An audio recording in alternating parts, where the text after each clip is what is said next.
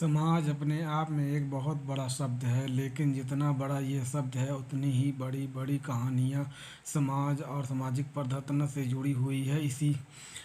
इन्हीं कुछ सामाजिक प्रथाओं में एक प्रथा है बेटी बोझ समझें। दहेज प्रथा की बड़ी बड़ी बेटियां में जाकर जकड़ कर समाज आज इतना लाचार हो गया है कि जितना बेटियों को सजा रक्षी का रूप समझता है था, आज वही लक्ष्मी समाज को बोझ लगने लगी है। आज उन्हें सामाजिक प्रथाओं से औरत प्रति एक कहानी और बेहतरी भती भातेरी हमारे बुशवाइट वेबाइस्ट के खिलाफ सतीश बद्वारा आपके लिए लेकर आया हूँ। भतेरी अपने मजदूर माँ बाप की दो बेटियां के बाद तीसरी औलाद थी। तीन लड़कियों के पैदा होने से दुखी होकर उसके पिता ने उसका नाम भतेरी रख दिया गया था। भतेरी का अर्थ था बहुत, और भतेरी का माता पिता अब चौथी चौथी लाक लाख दे तकी नहीं चाहते थे और भतीजी का नाम शर्त हुआ। उसके बाद एक लड़के का जन्म हुआ, लेकिन भतीजी अभी भी एक बोझ ही थी। जब भतीरी 6 वर्ष की हुई तभी उसका बाप मर गया। की मौत के बाद घर में अब उसकी माँ विमला और दादी रज्जो ही थी, जो इन चारों भाई बहनों का भाषण पोषण कर रही थी। भतेरी की दादी राजों को आज भी बेटी की मौत से ज़्यादा दुख ये था कि भतेरी का बाप अपनी पीछे तीन तीन लड़कियों को छोड़ गया था। वो अक्सर कहा करती थी, दुखों में तुम मुफ्ती पाली। अब पत्नी अब पता नहीं मेरी बुलावा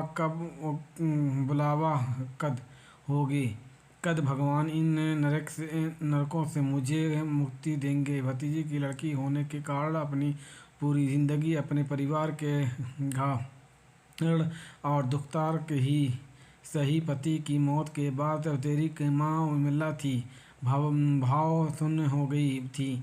उसे भी अब अपनी 3 बेटियों की जिम्मेदारी नहीं, बोझ ही दिखाई दे रही थी।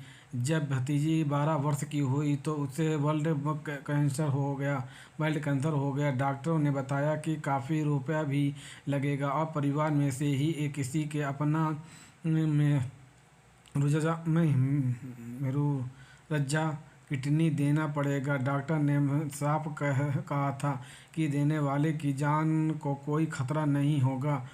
12 साल की लड़की के ब्लड कैंसर होने की खबर हो जैसे ही गांव वाले को लगी तो भतीरी के लिए गांव वालों का दिल पसीज गया। घर की माली हालत देखकर भतीरी का इलाज का पूरा खर्चा गांव वालों ने उठाने का फैसला किया। लेकिन यह समस्या पैसा की नहीं आ रही थी। ग्रामीणों समाज आज भी भावनात्मक समाज है। कई व्यक्ति थे जो भतेरी का इलाज के लिए पैसा खर्च करने को तैयार थे, लेकिन बोझ के लिए परिवार में कोई भी अपने शरीर का मजा देने को तैयार नहीं था। भतेरी की 65 वर्षीय दादी को भी आज अपनी ज़िंदगी के बचे हुए कुछ वर्ष भतेरी की ज़िंदगी से ज़्यादा कीमती लगे। वो लड़की थी, इसलिए उसके परिवार के लिए उसकी ज़िंदगी बोझ थी।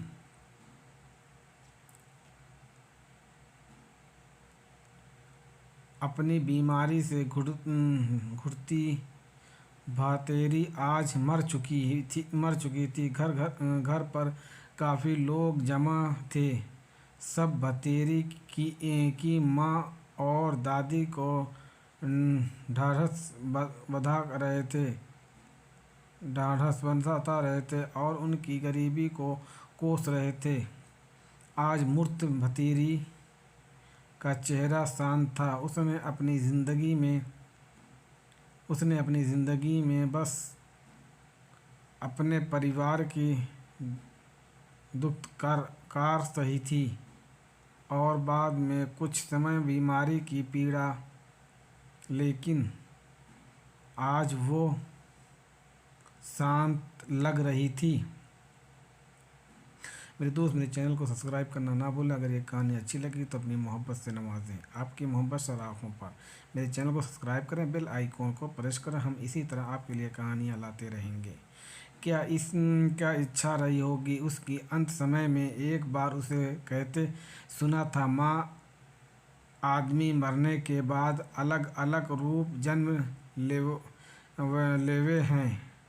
कुत्ता, कीड़ा, चूहा या डंगर, पालतू पशु। माँ, मैं तो डांगर या कीड़ा बन जाऊंगी और आदमी ना बनूं।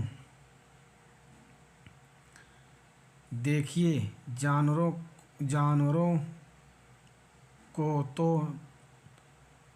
पता ही ना होता है उनकी औलाद में कौन सा लड़का कौन सी लड़की। आदिवासियों कई पता ही हो यह फर्क तो बस उसका बाल सुलभ मन मानव कि इस व्यक्ति का प्रतिकार नहीं कर सकता था, लेकिन जिंदगी भर जो घड़ा उसने अपने प्रति देखी थी उसे वे जरूर महसूस करती थी।